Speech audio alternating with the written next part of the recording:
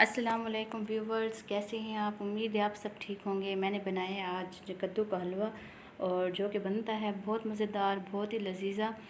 तो मेरी अम्मी इसको कर रही है डिश आउट, प्लेट में गार्निश करेगी अभी तिल के साथ।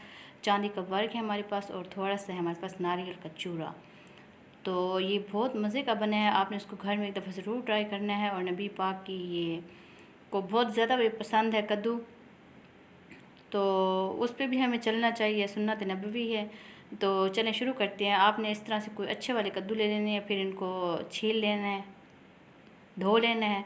अगर इसके बीज मोटे हैं तो आप बीज इसमें से निकाल लें और इस तरह से कुछ इनकी शक्ल दे दें। बाज़ लोग कहते हैं कि इसकी कटिंग भी हमें करनी नहीं आती, ये है वो है, तो ऐसा बोलते हैं।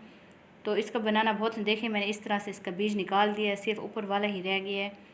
तो कद्दू सॉफ्ट लेने, हार्ड नहीं लेने।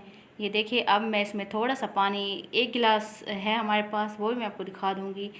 तो हमने आधा गिलास इसमें पानी ऐड करना है, क्योंकि ये कद्दू अपना भी पानी छोड़ देगा। ये देखिए, ये गिलास था, इसका हाफ़ हमने लिया है और ये बहुत मज़े का बनेगा। आपने इसको ज़रूर बनाना है। अगर आप मेरे चैनल पर न्यू हैं, सब्सक्राइब नहीं किया तो सब्सक्राइब कर लें और बेल आइकन को ज़रूर दबाएं ताकि हर आने वाली मेरी न्यू वीडियो आपको मिलती रहे।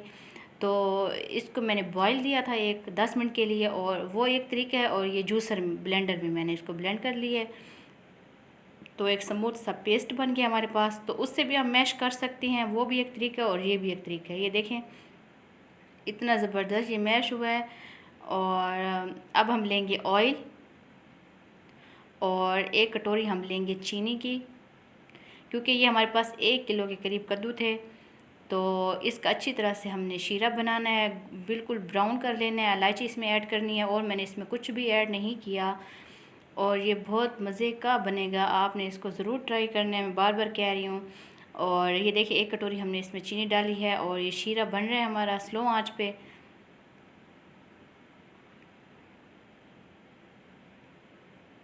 और चम्मच हिलाते रहना है, चम्मच को आपने छोड़ नहीं देना, नहीं तो ये जो शीरा है इसमें गड़बड़ हो सकती है। ये देखें, ऑयल भी हमने ज़्यादा ही इसमें ऐड किया है। देखें, शीरा हमारा तैयार हो चुका है, कलर भी आप देख सकते हैं। इस तरह से आपने शीरा बनाना है और वो जो जूसर ब्लेंडर में हमने पेस्ट बनाया था वो इसमें डाल लेना है।